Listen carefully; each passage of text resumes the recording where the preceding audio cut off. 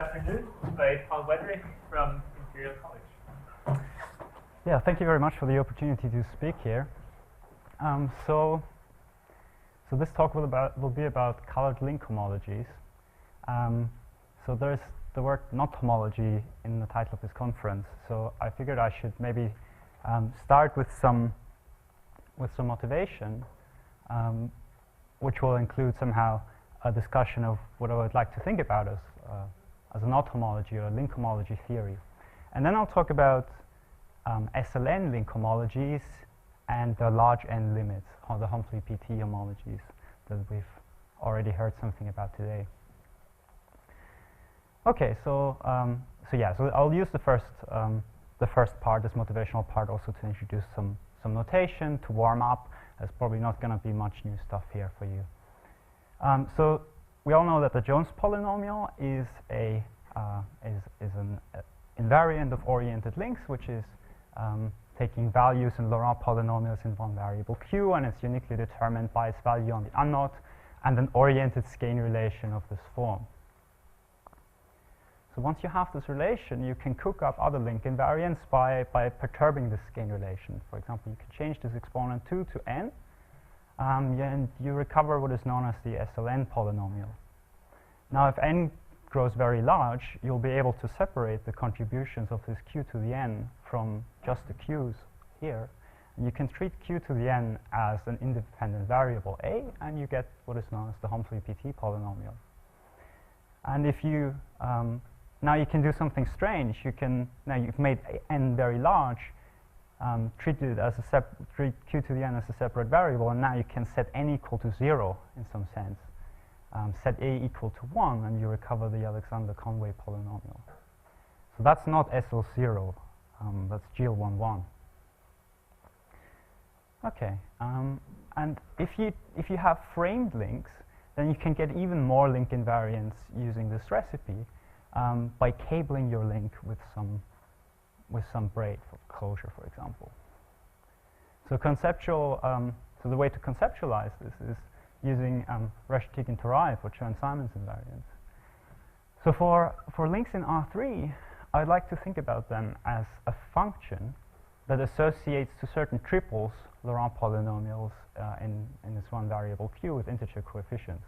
And the triples consist of a framed oriented link in R3, a complex semisimple Lie algebra G, and an assignment of irreducible finite dimensional representations of that Lie algebra to the link components. And the examples that we've already seen, the Jones polynomial appears in this construction as the invariant for SL2, where the coloring is constant and equal to the vector representation of SL2. And the SLN polynomial appears as the corresponding SLN invariant, with the constant coloring by the vector representation of SLN. Okay, and now you can ask a very naive question. How does this function of triples depend on the three arguments? And so I've already, so now I would like to restrict for the purpose of this talk to the A series of Lie algebras, G equal SLN for some n. And I would like to restrict to colorings by the vector representation or exterior powers of that vector representation. And so regarding the dependence of this function subject to these restrictions, we've already seen that if you change the Lie algebra, the only thing that happens is that that you basically introduce a new variable. You have this variable a, which shows up in the HOMFLY polynomial and which governs the rank dependence, or the dependence on the Lie algebra. We've already seen today in Piotr's talk that varying the color also makes sense. So so I'll briefly recall this. So in the very simplest case of SL2, we have a one-parameter family of irreducible representations. They're just the symmetric powers of the vector representation. And so for every knot, you get an infinite sequence of invariants, which should only contain a finite amount of information. And the way this is packaged is described by this theorem of Garofolidis and Ley, which says that the sequence of invariants, which are called the Color-Jones polynomials, is Q holonomic. So it's governed by a linear recurrence relation. Coefficients are polynomials in Q and Q to the color. And the sequence is thus determined by a finite part. And analogous results hold for SLN, for the colored HOMFLY-PT polynomials, for links, for sequences of other types of colors, and so on. So a little bit more mysterious is the question about how we should treat dependence on links. So we've varied Lie algebras and colorings in families, and some links also come in families. So we could vary them in this family and ask how the invariant depends under these changes. So for example, one could do this for torus links, and this poses very interesting problems and leads to interesting results. But I'd like to take a different perspective here, and that's the perspective of categorification. Okay, so if you take notes, leave a lot of space, because this diagram will change. So the Reshetikhin-Turaev function, or maybe I should put Chern-Simons here, assigns to links in R3 with these decorations of a coloring with respect to some Lie algebra, which I'm suppressing here, assigns to this a Laurent polynomial in this variable Q. But in the Reshetikhin-Turaev construction, this is actually done in the following way. So you take a link diagram, so a generic projection of such a link in R3, and you assign to this link diagram such a polynomial, and then you prove that if two diagrams are related by randomized moves, this polynomial doesn't change. Right? So here we treat the set of links in R3 as the set of link diagrams modulo randomized moves. However, this thing can also be regarded as a category, where the objects are link diagrams and where the morphisms are sequences of randomized moves. And you can think about this as somehow describing a category of links embedded in R3. So now I'm fixing the embedding of the link, and the morphisms are given by isotopies, ambient isotopies in R3. So this is only, so the link diagrams modulo randomized moves, or link diagrams and randomized moves regarded as a category, describe only a part of this category because, well, for a link embedding to project onto a link diagram, we need somehow a genericity assumption. Anyway, now that we have categories on the left-hand side of this diagram, it would be nice to have a version of the Reshetikhin-Turaev invariance that respects this categorical structure. So Khovanov's categorification idea was to assign to link diagrams bigraded abelian groups, usually constructed as the homologies of graded chain complexes, so that if you take a graded Euler characteristic, you recover a Laurent polynomial which matches up with the Reshetikhin-Turaev invariant of that link diagram. So Khovanov did that for the Jones polynomial. And thus you get somehow a commutative diagram here. But for this bigraded abelian group to be an invariant, one would also like to have the result that if link diagrams differ by randomized moves, then these bigraded abelian groups should at least be related by an isomorphism. Okay, and this is somehow the level where many papers on link homologies stop. So they introduce some bigraded abelian group for each link diagram, and then they prove that that for link diagrams that are related by randomized moves, these bigraded abelian groups are isomorphic. Or if they work over a field, well then here you have bigraded vector spaces. But the problem is if you stop there, your invariant actually takes values in isomorphism classes of such objects. And so if you work over a field, basically your invariant boils down to a Poincare polynomial, and that's the only invariant that you can extract. So we shouldn't be satisfied with this. In categorification, somehow you shouldn't be satisfied with knowing that things are isomorphic. You should ask what the isomorphism is. You should somehow try to understand what these isomorphisms are. Okay, so at least we should, for each randomized move, assign a specific isomorphism between these bigraded abelian groups. And then we can be even more ambitious and say, okay, randomized move describe isotopies of links in R3, but how about cobordisms between links which regard as being embedded in R4 or R3 cross an interval. So if you have a link cobordism in R3 cross an interval or in R4, and it happens to be in generic position, you can project it. And if you treat one dimension as time, then and project the other three spatial dimensions to 2, you see a movie of link diagrams. And then what you can try to do is to send such movies of link diagrams to homogeneous homomorphisms of the bigraded abelian groups of those link diagrams. So at this point, we would like to fix this problem here that we had to deal with a generic projection. We would instead like to have here an equivalence of categories. An equivalence of the category of link diagrams and their movies, and links embedded in R3 and arbitrary cobordisms embedded in R3 cross an interval. To do this, we have to mod out by isotopy on cobordisms.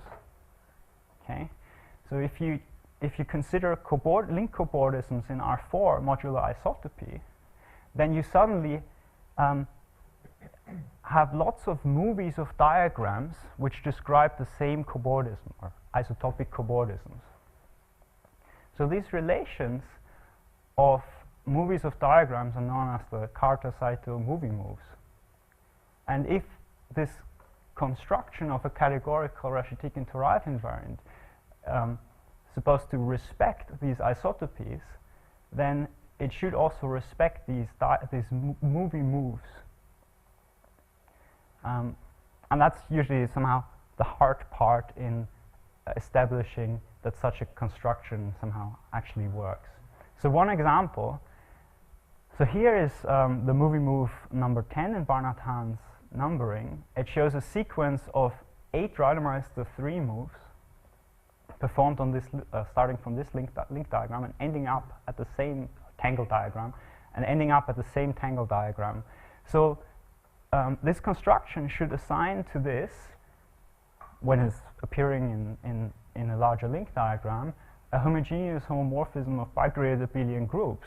And this movie moves, so if this movie move is to hold, this morphism should better be the identity, because this encodes a cobordism which is isotopic to the identity cobordism.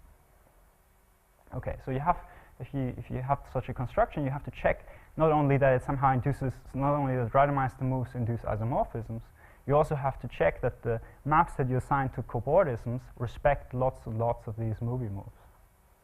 But suppose that works, then you can, then this can be called a link homology functor. So that's somehow, and that's what I would call an honest link homology theory. Okay, so all right. So the goal for this talk is to give an overview about type A link homology theories, and once we somehow have accepted that this is a cool way of studying the dependence of Reshetikhin-Turaev invariants on the link, we can now go back and ask what about the rank dependence, what about the color dependence of these link homology theories? And that's somehow also what I would like to talk about. Okay, any questions so far? Okay, so I'll keep going. Okay, so here's a short section through the history of link homology theories. So started with Khovanov in 1999, who proposed the categorification of the Jones polynomial. So I'd like to use this notation KH for this, and I'd like to give you an example. So what is the invariant of the unknown? It's always good to know the invariant of the unknown. So this is a bigraded abelian group. It has a Q grading and it has a homological grading, but for the unknown, the homological grading is uninteresting. And with respect to the Q grading, the space is isomorphic to the cohomology ring of CP1, and it's graded isomorphic. And this cohomology ring of CP1 is shifted down in degree to balance the degrees symmetrically around 0. So it's a theorem, or there are several theorems, that show that Khovanov homology can be made functorial. I say can be made because the original construction was not functorial. Khovanov proposed cobordism maps for Khovanov homology, but it turns out that they are not, these movie moves hold only up to a sign. So there was a sign ambiguity, and it needed some work, quite a lot of work, to be fixed. Okay, a little bit later, after Khovanov's construction, Khovanov and Rozansky proposed a categorification of the SLN polynomial, so the Reshetikhin-Turaev invariant of SLN with respect to the constant coloring by the vector representation.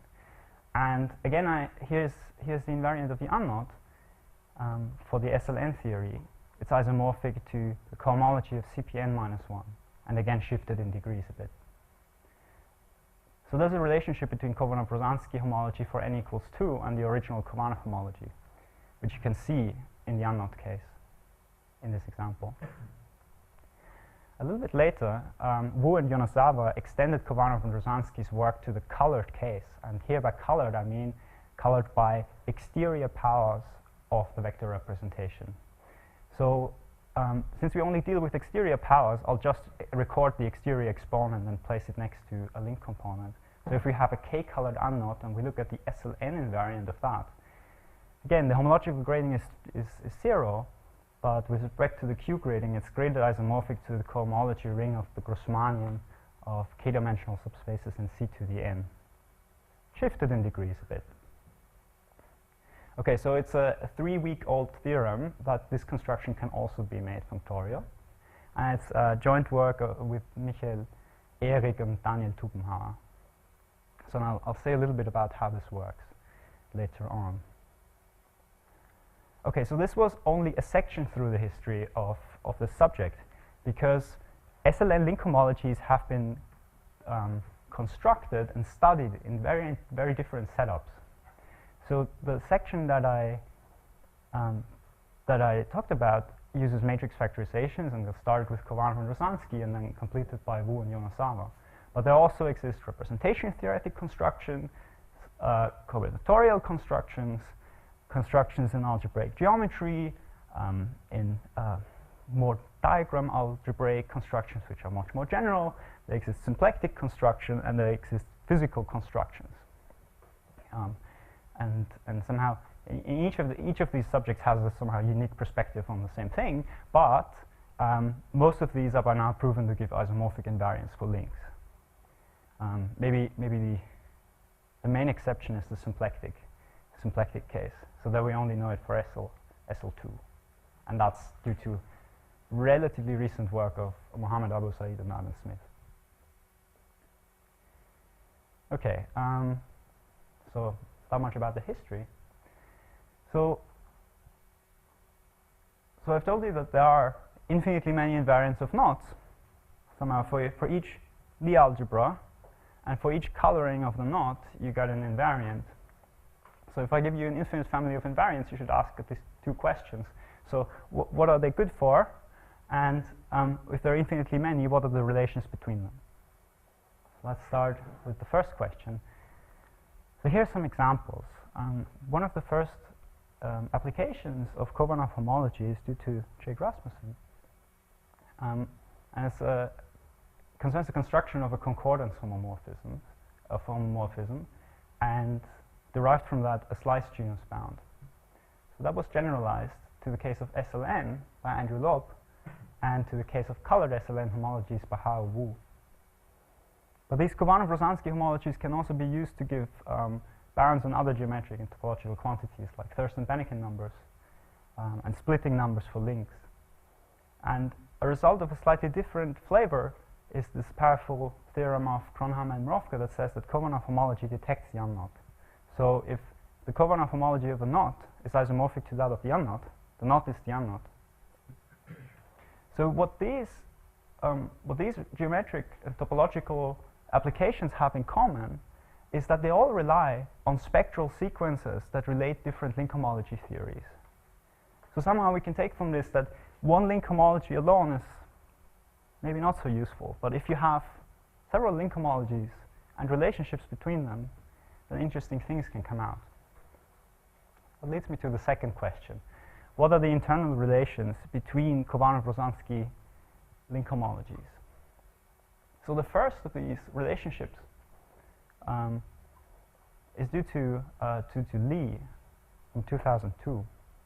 So Lee constructed for every knot a spectral sequence which has this E2 page, the Khovanov homology of that knot, but the E infinity page is always two-dimensional. So that sounds boring, but so first of all, it's not boring because Jake used that to construct this concordance homomorphism. But also, this two-dimensional vector space should maybe be treated as a link homology theory on its own right. So for example, link homology theories have this in R3 have this property that if you have a disjoint union of links, then the link homology of this disjoint union is the tensor product of the link homologies. Here, if you have a link and you feed it in, what this link homology does, it's also doing something like tensor product, so it counts the number of link components.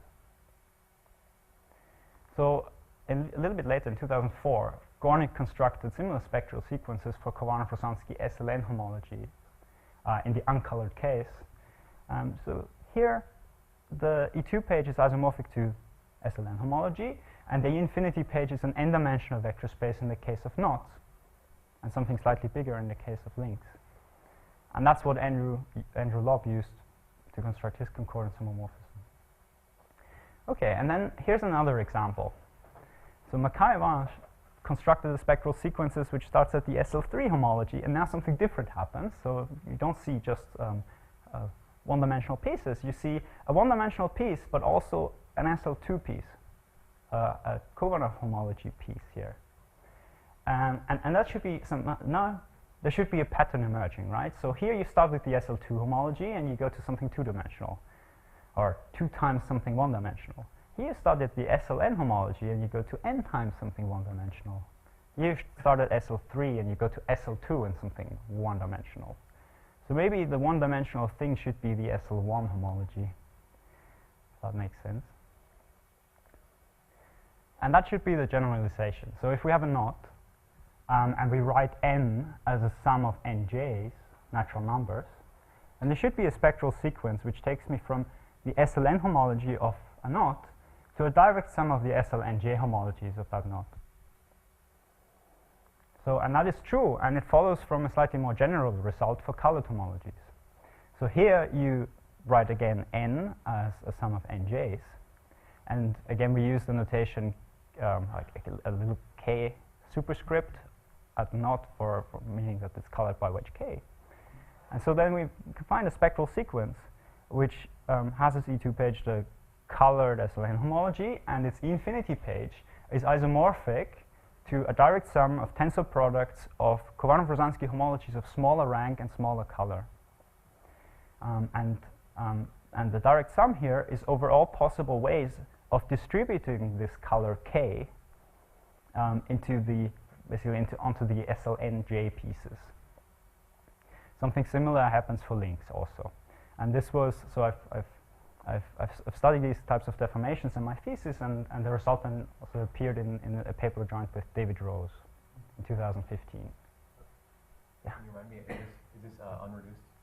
So this is unreduced, that's correct, yeah. So here, let's try for the unknown, right? So here on the left-hand side, okay, so for the unknown, on the left-hand side you have H star of the Grossmannian of k planes in C to the n. The dimension of that is just n choose k, okay? And on the right-hand side, we have this direct sum of tensor products of H star Grossmannian of kj in nj. So somehow this thing here degenerates to something which is of dimension sum product, and here I have nj choose kj, and here the sum is over all ways of writing k as a sum of kj's.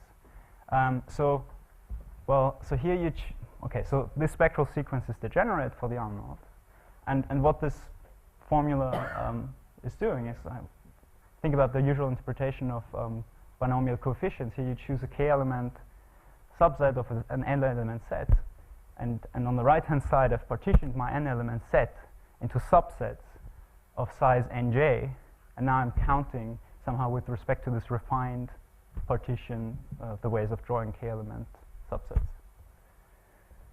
Oh, and another interpretation of this is the following. Consider, okay, here's the secret. These are not SLN homologies, they're GLN homologies. So consider GLN acting on wedge k, c to the n.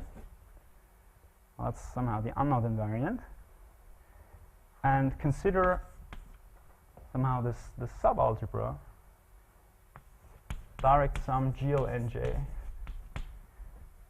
So with respect to the subalgebra, this is no longer irreducible. It will break into a direct sum. And the pieces in the direct sum that you see are exactly what the things on the right-hand side here. So it splits into a direct sum of tensor products of irreducibles for the GLNJ. So this is a branching rule. And you can interpret these spectral sequences as somehow categorifying these branching rules for GLN representation. Okay. Okay, so the proof of this theorem proceeds in 5 steps. So first, you need somehow a source for the spectral sequence. A spectral sequence that starts at the SLN homology of the colored SLN homology of that knot and converges somewhere. And then you have to identify this E infinity page, the somewhere. So that's done in 4 steps. First, you do it for the unknot. That's very explicit. Then the unknot computation basically induces the direct sum splitting. The summons you then have to decompose into a tensor product, and the tensor factors you then have to identify and match up with the SLNJ KJ colored homologies. That's somehow the approach. So now I made a little table to somehow compare the complexity of this proof with some other results that appeared before. So the spectral sequence originally was essentially contained in the work of Lee, but then made explicit by Jake Rasmussen. And in the SLN case, where n is written as a sum of 1s, it's due to Gornick. And in the SL3 case, where 3 is 2 plus 1, it was identified by Mackay and Bash. And in the more general cases, these spectral sequences have been studied by Wu. And these spectral sequences are themselves link invariants due to a result of Wu. Then the unknot case has been, so generally, unless you're in the colored case, somehow the unknot computation is easy. But I'm mentioning, and even in the colored case, it's not that hard. But I want to mention Khovanov's paper because he systematically studied Frobenius extensions in a paper which somehow classify all the things that you can do in the SL2 case. Well, then the tensor, the direct sum decompositions are also relatively easy if you are either in n equals 2 or in the case where you deform completely into a sum of 1s. The tensor product decomposition only appears if you work in the colored case, and identifying the pieces is easy if the pieces are one-dimensional, and it's harder if you actually see some interesting link homologies in the pieces. Okay, so I'll walk through the first 2 steps, or maybe 3 steps of this proof in more detail. So where's the spectral sequence coming from? So Wu's construction of colored SLN homology uses this gadget called matrix factorizations. And matrix factorizations have as input a polynomial which tells you how to which tells you how to cook up these matrix vectors. And here the polynomial that you use to get SLN homology is x to the n. But it's an observation of Gornick and Jake that this construction also makes sense for arbitrary degree n monic polynomials. And let's write down such a polynomial with a root multiset consisting of distinct complex numbers lambda 1 up to lambda L with multiplicities n1 up to nl. So those are somehow, these multiplicities are what somehow governs how complicated the deformation is. So if you run this construction with this polynomial p, unless all the lambda j's are 0, you get link homology theory which is no longer bigraded, it's only singly graded, and the Q remains as a filtration. And this filtration induces a spectral sequence with E2 page, the undeformed theory, and, well, some E-infinity page, which is a link invariant. And so it remains to compute this, this E-infinity page in terms of undeformed link homologies. And if one ignores the filtration, it turns out that this undeformed, this deformed link homology only depends on these root multiplicities nj. Okay, so how does the unknot case work? Why is the unknot case interesting? Also, if you have a link homology theory, and this deformed thing will be a link homology theory, then in particular it contains a 1 + 1 dimensional TQFT. You just apply it to links which are embedded in the plane. So you just have basically unlinks. Yeah? And restricted to that, you get a 1 + 1 dimensional TQFT. And we know that 1 + 1 dimensional TQFTs are classified by community Frobenius algebras, which appear as the invariant of the unknot. So let's look at the unknot invariant. So if the root multiset is the sigma, and P is the monic degree n polynomial with that root multiset, then in the uncolored case, this deformed link homology has a very simple description. It's just the quotient of the polynomial ring in one variable by the ideal generated by this polynomial. And then we apply the Chinese remainder theorem to see that this is isomorphic to a direct sum of such pieces. And after a change of variables, you see that these pieces are just truncated polynomial rings again. So the Khovanov-Rozansky SLNJ homologies of a one-colored unknot. So that's easy. So here you see that the summands that you get are indexed by the roots of this polynomial, by the distinct roots of this polynomial. If you just have one root, you recover just one summand, and you basically recover the SLN homology. So in the colored case, the unknot invariant is a little bit more complicated, but it still has a very explicit description as a quotient of a ring of symmetric polynomials. And with a bit more work, you can show that this again splits into a direct sum of tensor products of pieces of the same type, but with smaller parameters nj and kj. And here, the summands are not indexed by roots anymore, but they're indexed by size k multi-subsets of the set of roots of this polynomial p. And this is precisely what will induce the direct sum decomposition. So the direct sum decomposition is direct sum decomposition coming from here. And the tensor factors correspond to the distinct roots that you see in here. The multiplicities of the roots will tell you what the color is on the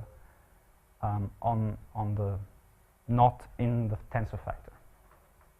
Okay, so that's step number 2. So how do you get the general direct sum decomposition from that? Well, so there's a general fact that if you have the link homology or the knot homology of an arbitrary knot is always a module over the homology of the correspondingly colored unknot. If you believe in functoriality, then this is the proof. So what this does is apply. This is a cobordism from the knot and the little unknot to the knot itself. And what it does is it merges the little unknot into the knot somewhere. Okay, and this gives you, so if functoriality holds, this gives you a map from the invariant of this tensor the invariant of the unknot to the invariant of this. So it gives you the action of the ring, which is the invariant of the unknot. If you don't believe in functoriality, then you can remember Daniel's talk from yesterday. So he showed that, he told us that there are these sheets, and you can have some of the surface operators, and on the surface operator you have a TQFT living there, and somehow this TQFT is this TQFT has as Frobenius algebra the invariant of the unknot. So that's what the action is. Okay, and the proof of the tensor decomposition and the identification of the tensor factors themselves is a bit technical, and it relies somehow on which construction for this link homology theory you use.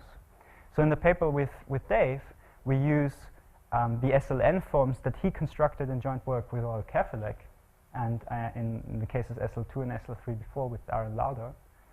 An alternative would be to use recent work of Robert and Wagner, which appeared maybe 2 months ago.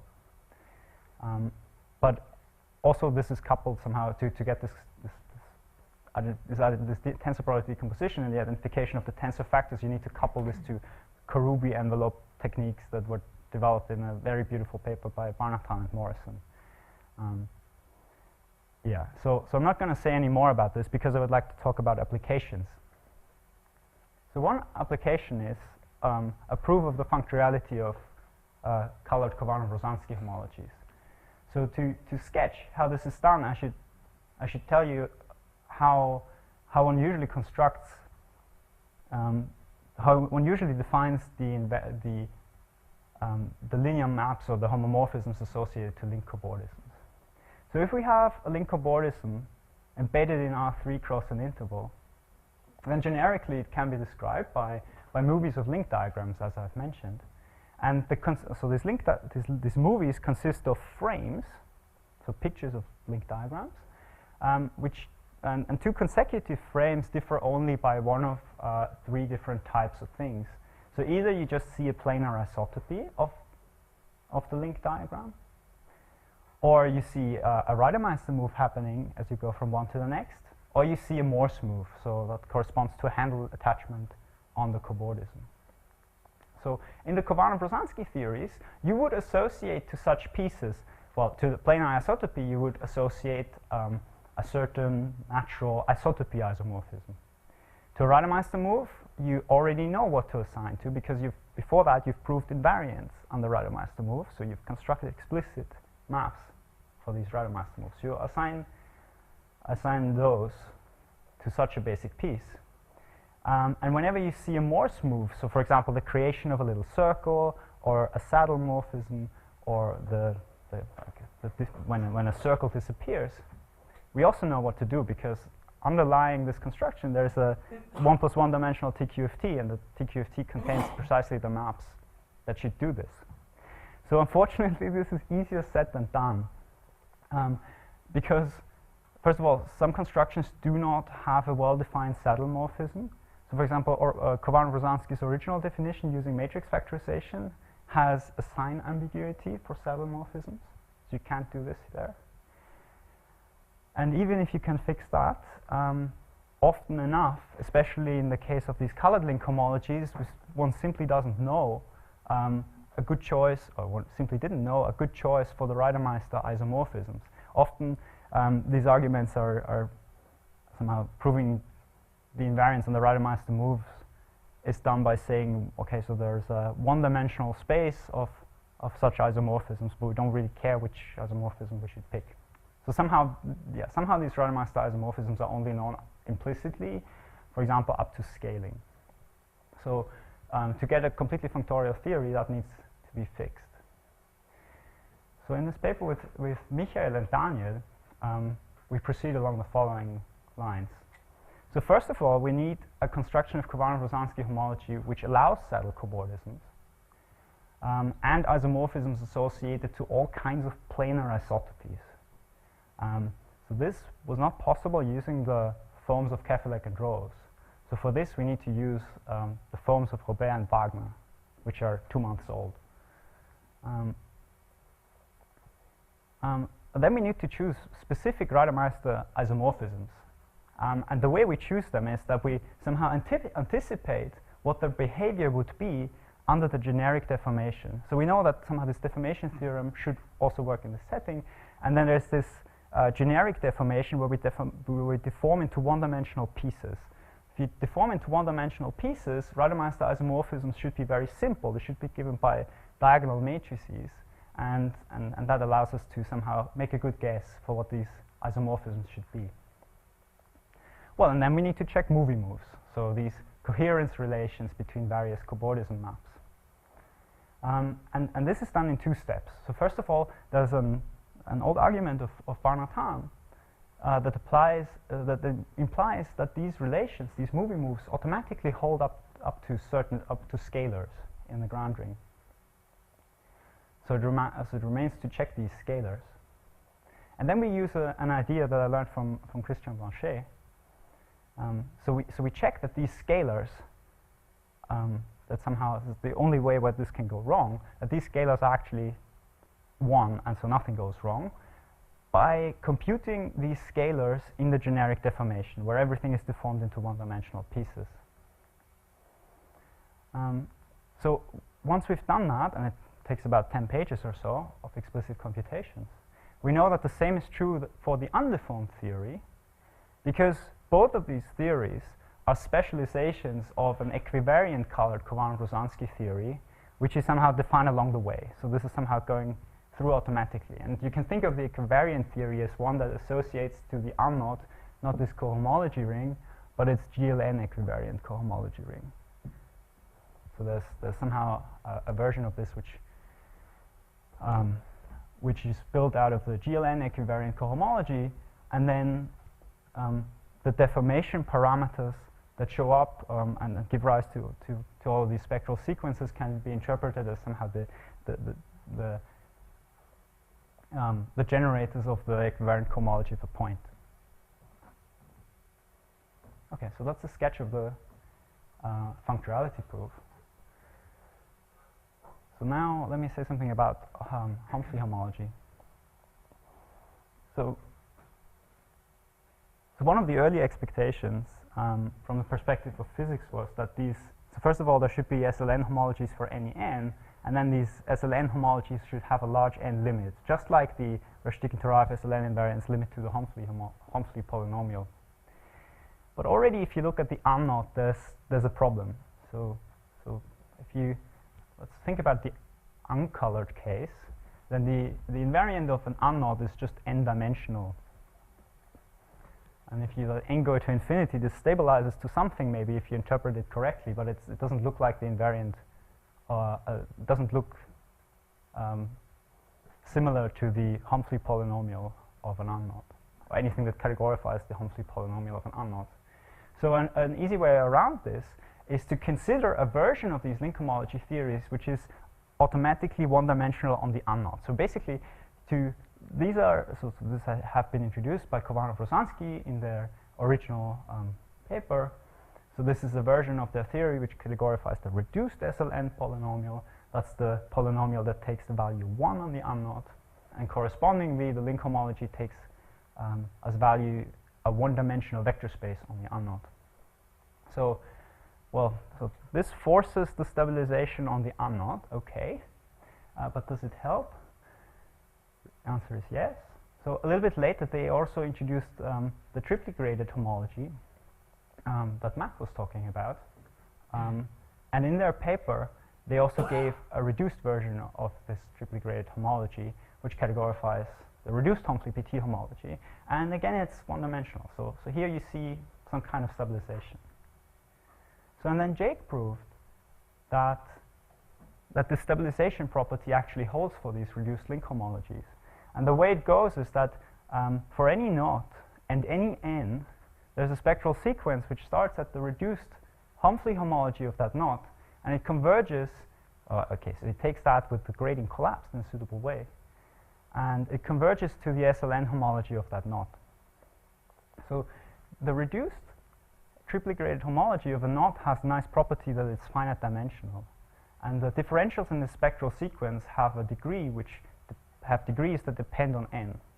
So if n becomes very large, these differentials have to be trivial for degree reasons, and so this spectral sequence becomes trivial, and these things become isomorphic. These things become isomorphic at large n. So and yeah, last year I posted a paper on the archive which basically does all of this for colored link homologies. So I've defined reduced colored SLN homologies, defined reduced colored HOMFLY homologies, and I've studied these spectral sequences that do this kind of specialization. So all of this works for wedge colors. Okay, so right.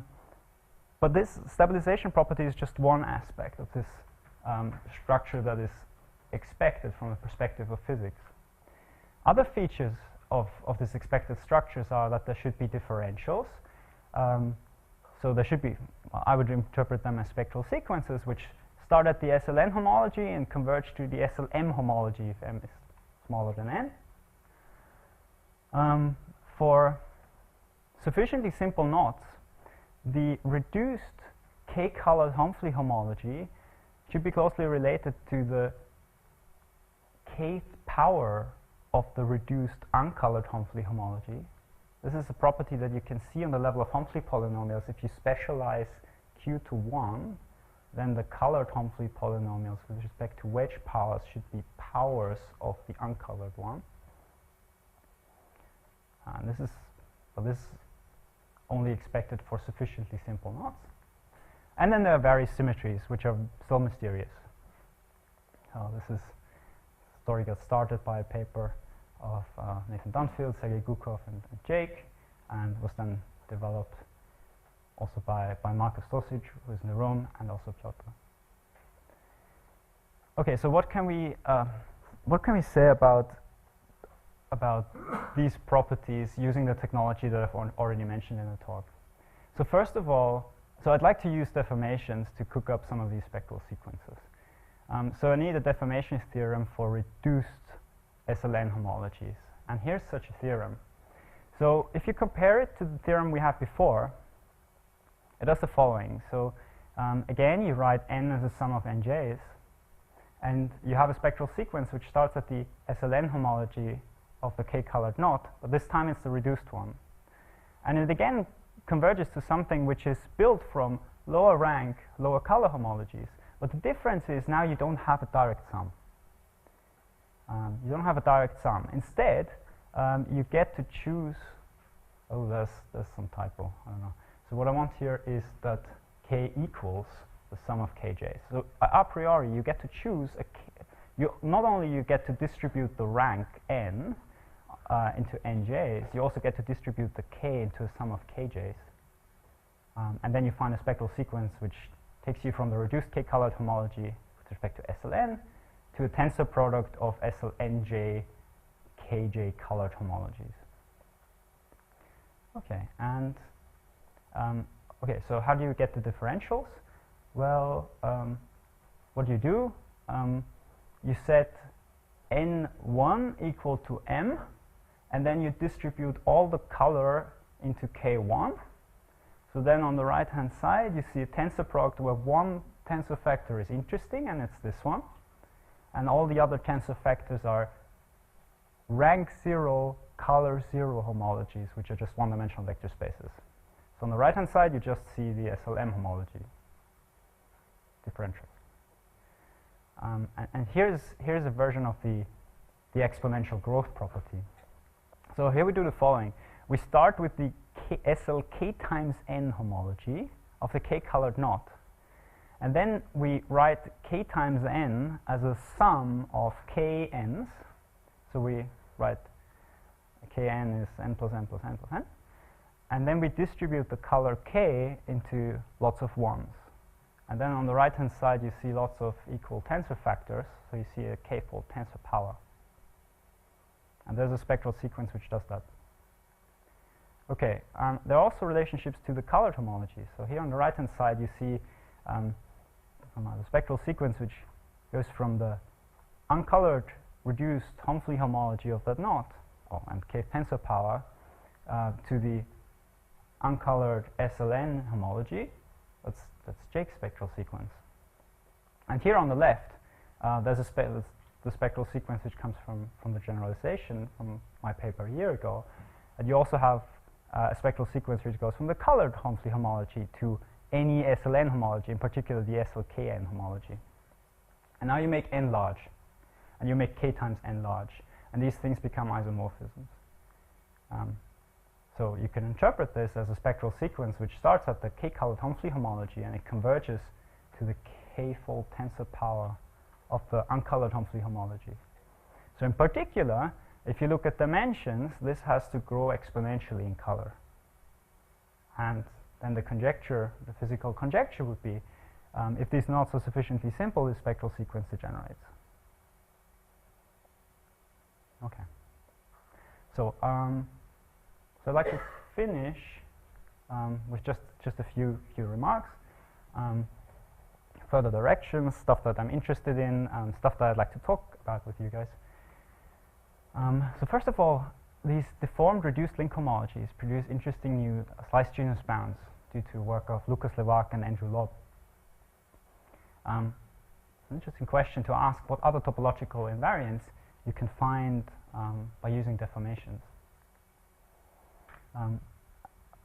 Totally different question is that so the Khovanov-Rozansky homologies can be naturally extended to invariants of tangled webs.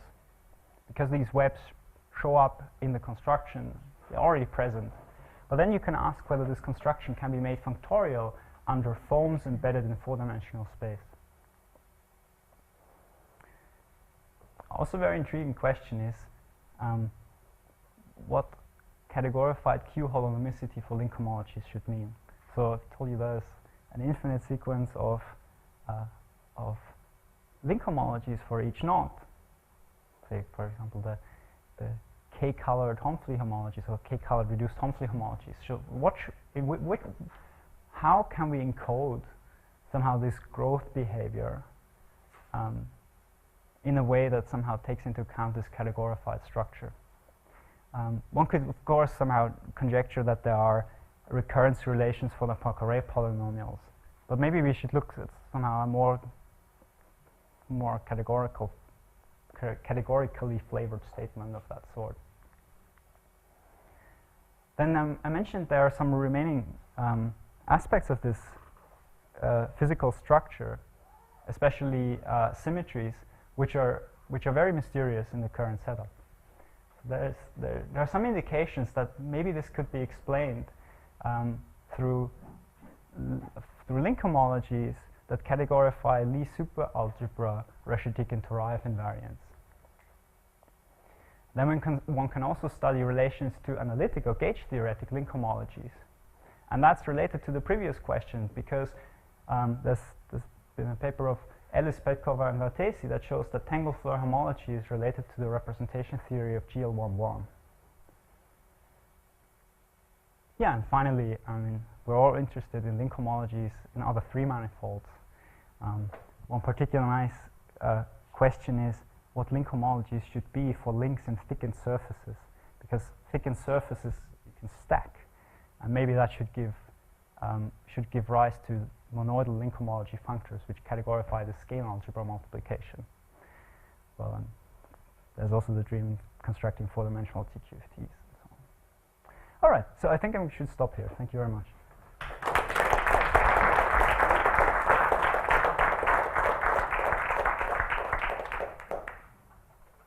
Any questions for Paul?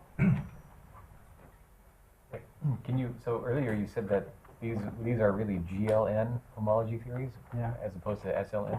Yeah. Is there a reason for that philosophy, or like? Yeah, well, okay, so the branching rule says that it should be GLN. That's one thing. Another thing is that somehow for Khovanov homology was not functorial. Khovanov homology is an SL2 theory. Somehow to get to fix, so my favorite way of fixing the functoriality of Khovanov homologies is Christian's philosophy.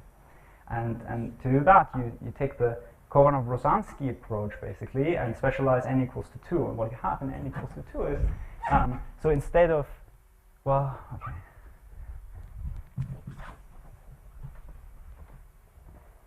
So what's a crossing? A crossing is usually, so in Khovanov homology, maybe, or in the Jones polynomial, you would maybe go to assign like a chain complex like this to this crossing, right? In Khovanov-Rozansky homology, you assign to it this, and everything becomes oriented. And under the Reshetik and Toraev philosophy, this is the identity on V tensor V. V is the vector representation. This is V tensor V going to wedge 2, V going to V tensor V again. So somehow accounting for this wedge 2 here makes Khovanov homology functorial. But the wedge 2 for SL2 is just isomorphic to the trivial representation. So you shouldn't see it in SL2. in GL2 it's not isomorphic to the trivial representation, and suddenly it becomes functorial. So maybe the functorial things are GLN things. Do you get embeddings? Do you get invariants of embeddings of surfaces in R4? Yes, Jake studied them, right? And they're not interesting. Is that right? Okay, I mean, I studied them a very long time ago in the Khovanov case, and then sort of essentially precisely this deformation argument says that, I mean, so the most obvious thing that you can do is that you can look for sort of cobordisms, you know, from one circle to another, say, and so in order to have a non-zero invariant, that basically fixes the thing that you have to be a twice, you know, cobordism, a genus 1 cobordism, and then then you just compute what it does on this deformed thing, and you see that you can't get anything interesting. And does this apply to all of the colored invariants and so on? Well, that question you should ask Paul. Yeah, I should think about it before answering. But yeah, it's an interesting question. How far away from answering that second question about tangled webs is your technique with Daniel and Eric? So, yeah, I think, so one has to be a bit careful about how to define these forms, but because one has to be careful with framings and so on. But, so I think the major obstacle at the moment is somehow having a complete list of movie moves for these forms. Yeah, but once somehow if you give me a movie move, it's a finite time check that it's satisfied, so maybe 5 minutes or something. So then you have to pay somebody to prove that yeah, you have a finite list of or yeah, okay, yeah. or do it yourself. Yeah, so I think we have some idea for what the movie moves for GL2 of n equals 2 would be. And I guess that's a finite time check, which I haven't done, but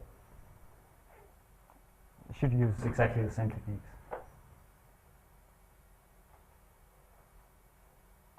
Right. Well, let's thank Paul again.